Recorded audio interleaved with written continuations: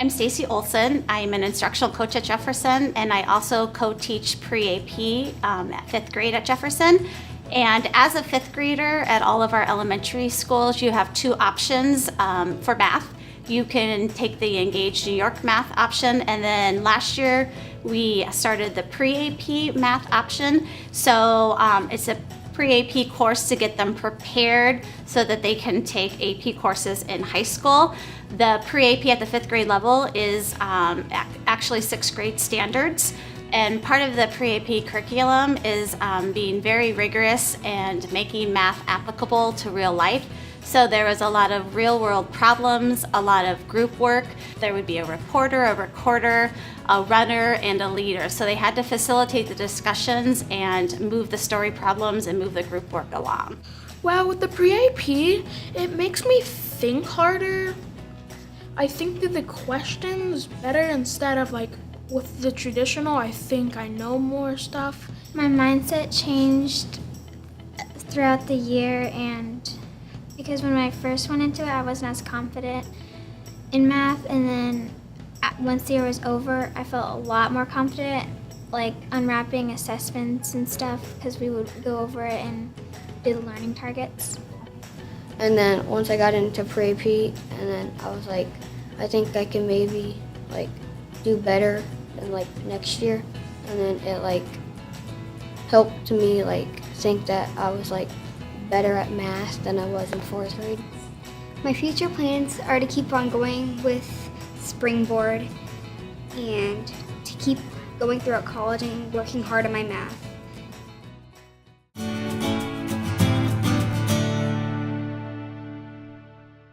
Hello, my name is Chris Nienhaus. I'm currently serving as co-principal at West Middle School, and I'm also the district testing coordinator.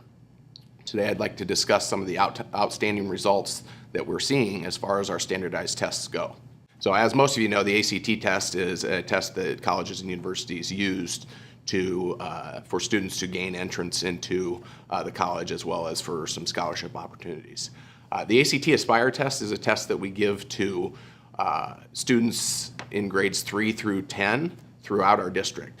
And this test measures the students' readiness levels to take the actual ACT test. Taking the ACT Aspire helped me prepare for the ACT test because it was kind of the same formatting of the questions. So it was kind of like basing off the actual ACT, but it was more kind of easier and more focused on like a certain area. So it kind of gave us a feel of what the actual test was going to be about. Yeah, even like comparing like the differences in like the subjects, like science between the Aspire and the actual test are very similar. Like it's like giving you data and like a bunch like huge paragraphs where you like taking the Aspire like gets you used to knowing what you need to read and like how to answer those kinds of questions. So they take the ACT Aspire grades 3 through 10, and then in grade 11 our district actually pays for all of our 11th grade students to take the ACT test. And we're one of the only schools in the state of Iowa that does that for our students. I think the benefits would be most people wouldn't have taken it if they weren't like forced to. So now that they have taken it, they do have a score. So that way when they go to apply to colleges, they have a score they can go off of. Yeah, and even knowing that like whether or not you're going to college, knowing that you have that score and that the school is willing to help you obtain it is like a very huge motivation. In 2018, the ACT Aspire test, it measures 4 different areas, content areas: reading, English, math, and science. We actually had the highest percentage that we've ever attained of our students, the scores that they needed to be at or above benchmark in all 4 areas. We also had 289 juniors take the ACT test this last year that the district paid for. Okay, our average composite score was 19.3. This is the highest average composite we've had since we started to pay for the test for the students. I'd also like to discuss some advanced placement courses and their scores. If you don't know what advanced placement is, it's basically students taking college level courses in high school. The past few years we've seen significant increases in both the number of courses that we offer for advanced placement, but also the number of students that are enrolled in those courses. About 7 years ago we had about 60 students and about 150 seats in advanced placement courses. This year we currently have almost 800 students enrolled in almost 1,300 seats for advanced placement or for pre-AP courses. In the middle school level, we also offer pre-AP, and we have over 500 students enrolled in over 1,000 seats in those courses in pre-AP. Much like the ACT test, where we pay for the students to take that test, we also, in the past year, decided to pay for all students in AP courses to take the AP test. And that's a pretty significant cost. It's about $90 per test, so our students no longer have to fund that. The cost of AP tests is so high. Like for me personally, I'm taking 7 this year, and I know that if the school had not offered to pay for all those classes, I would definitely not be taking all of those because of how expensive it would be for me. Our average AP score was 2.71, which is the second highest average we've had in the past 6 years. Almost 60% of our students passed the AP test that they took last year with a score of 3 or higher. And in the past 3 years, Muscatine High School has been in the top 20 in the state of Iowa in AP Index. AP Index basically gives the average number of tests your graduates would take in their high school career. So if you had an AP Index of 1, that means on average, every graduate at Muscatine High School would take 1 AP test. Our average last year was 1.6, and we expect that average to go up even more this year. I chose to take these courses because in the regular base level classes, I feel like I would be bored. So it's kind of a challenge for me to go through this process and these classes in order to receive a higher education and have a better knowledge of things that would help me in college. Yeah, and like Mateo said, it does really prepare you for how rigorous college courses will be, because you get the knowledge of like, oh, this is like how you should be able to time out your day. Like you should leave this much room for studying and this much room for personal stuff.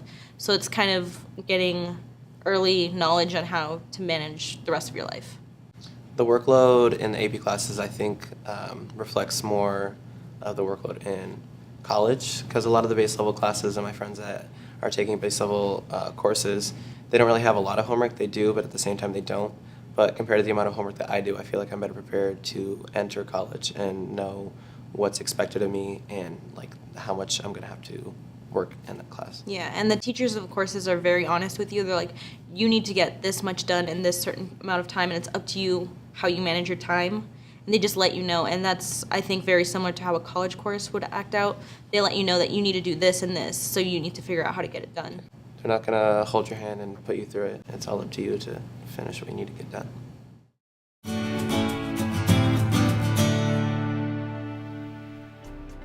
I'm Naomi DeWinter, and I serve as the president of Muscatine Community College. Concurrent enrollment gives the students in high school the ability to be enrolled both in high school and in the college. That's where that concurrent word comes into play. And they can get a head start on earning college credits in fields that they're exploring and that are meaningful to them. So for example, we have concurrent enrollment in agriculture. Agriculture is a field in high demand in Iowa. It's one of our signature programs here at the college. The faculty at Muscatine High School are trained to teach college-level courses within their agriculture program. So the students can get college prepared by taking advantage of these opportunities in fields such as agriculture and in many other areas. The courses are offered for free to the students, and so not only are they getting a head start academically, they're getting a head start financially by taking advantage of these concurrent options. We have a dedicated advisor at Muscatine High School, Anabilia Calderon Flores, who works with currently enrolled students to make a path for them for what they should be doing after high school.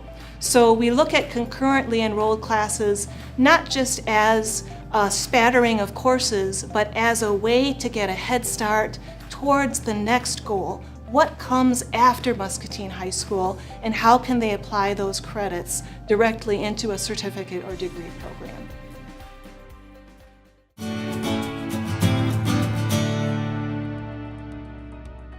So currently we have 3 career academies that are running in advanced manufacturing, in welding, and in culinary arts. And I'm very thankful for our partnership with Muscatine High School to really launch these important academies that will satisfy a need for employees trained in these areas right in our region. So one way to do this is to get a head start with high school seniors getting a credential or a certificate in these 3 areas. So students complete basically 16 to 18 credit hours in their senior year in welding, culinary, or advanced manufacturing, and each of those programs results in a certificate. They can become immediately employed with those skills that they've earned, or they can transfer that certificate into an associate degree after they graduate from high school. Let me give you an example. In culinary arts, right now we have several students involved. At the very beginning, they're already getting internship hours at the country club and at the Merrill Hotel. So when we talk about hands-on learning, when we talk about preparation for careers, this is really the model where they spend some time in the classroom, which is the button factory next to the Merrill Hotel, and then one day a week they are doing actual prep for events and banquets. So this is a pipeline into high demand careers. It's a pipeline into degree programs, and it's a pipeline to our scholarships. So just like concurrent enrollment, students' tuition is paid by the high school. And after they graduate from high school, students will have earned enough credits to qualify for a connection scholarship, which is half off of their tuition within their first year. On top of that, the MCC Foundation has awarded $325,000 in scholarships, so students would be eligible to fill any gaps that they have with our scholarship funds. So this is really a great model for students. We've doubled the numbers in our career academies between last year and this year, and we've added the welding program because there's such a high demand locally for qualified welders.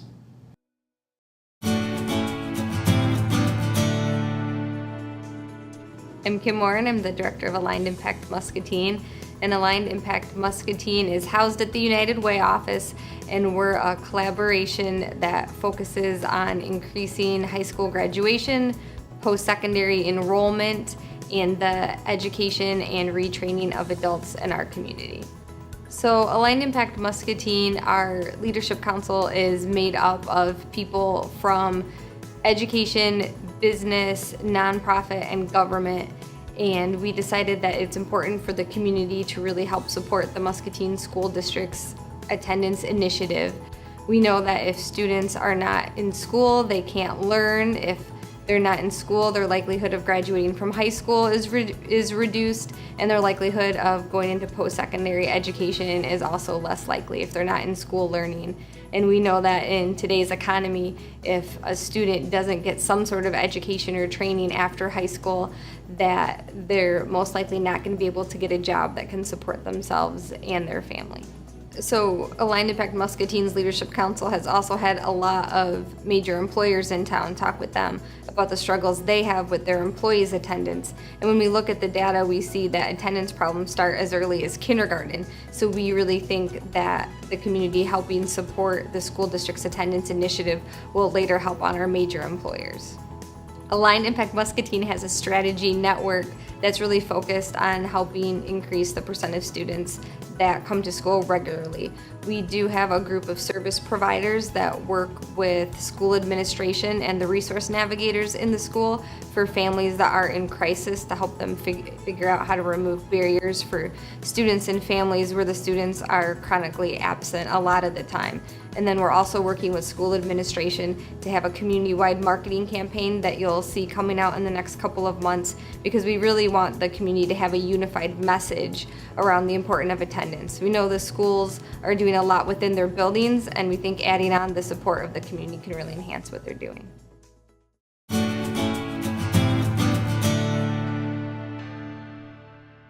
I'm Joni Anderson. I'm a counselor at Central Middle School, and I've been in the district for 22 years. Over the years, we have noticed that as our relationships with families grow, the requests for outside services and supports for students have increased. I've had families approach me for support from everything from mental health, medical needs, housing needs, food, and clothing. So in response to these ever-increasing outside needs, the district added resource navigators to partner with us so we can ensure we provide a quality education for every student. I'm Allison Thomas, and I'm one of 3 resource navigators that was hired in a partnership between the school district and Trinity Muscatine Public Health to partner together and attempt to provide outside supports for any students and families that are in crisis in our community. When an administrator, a nurse, or a counselor identifies that a student needs outside supports, the resource navigators will meet with the family, sign releases, communicate with them the different options there are in the community, and then we make sure we communicate back to the school district what's happening so that we just keep that communication going and make sure that the care is really being received. We absolutely love being a part of a school district that's addressing the needs of students holistically. My name is Troy Coolin. I've been a school counselor now with the Muscatine School District for the past 16 years. We are very fortunate that our school district has put a lot of resources and money into our student support services. Since last year, we went through having half-time counselors in every elementary to full-time counselors in every elementary school. In the past, when a family in crisis would come in, we would usually take us a day or two to get them the help they need and the resources. Now, with having a resource navigator, when a family comes in crisis, we are able to meet their needs immediately. In the past, we would have to really take our time and have to build those relationships, and having a resource navigator has helped us bridge that gap between the community service world and ours. And it's allowed us to really meet the needs of every single one of our families that come into our building. A huge part of what we've done as a team is to try and focus on meeting the mental health needs of students and families in our district. We've tried to invite more agencies to be involved, especially at the elementary level, and to come in and provide therapy during school hours for families that can't get to therapy outside of school time.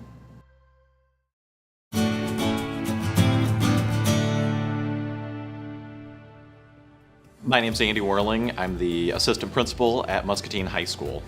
This is my 5th year in the district. The crown jewel of our fine arts program is the new investment in the performing arts that we have. We've got a great degree of school board support and community support for our performing arts programs. The school board made a very generous and much needed donation of $1 million for instruments district-wide. And that's been incredibly beneficial. So we've been able to provide instruments in students' hands that we otherwise may not have been able to reach, and give them top-of-the-line instruments that they can be proud of and perform at their best. And that's been incredibly beneficial for our music education as well as our culture education for the district. So for the first time in school history, our jazz ensemble has competed in the state jazz competition. That's a milestone for the program and something we've been working towards for years and years. Marching band received another Division I rating. That's their 15th in 17 years and really speaks to the tradition of the Mighty Muskie Marching Band, as well as having 3 all-state band students this year. It's a program that continues to build and build. We also have 150 members in our marching band and concert band. That's the most that we've ever had in that 17-year time period. Our chorus department has grown from 180 members over the last 3-4 years prior to this year up to over 220 members. So we have a great, strong chorus department with incredibly talented students there. Since 2015, we have doubled on average the number of all-state Division I competitors that we've had, including 9 Division I competitors from the Iowa High School Music Association statewide competition. So it really speaks to more students, more talent in the program. Those students are being incredibly successful, and it's going to carry them beyond high school. We're really proud of the growth in our orchestra program. They've grown from one of the smaller in eastern Iowa 6, 7, 8 years ago to starting about 5 years ago. They have doubled in size and are now the first or second largest in the entire state of Iowa. That's a lot of talented kids that we're able to reach in in a large part to the $1 million investment from the school board.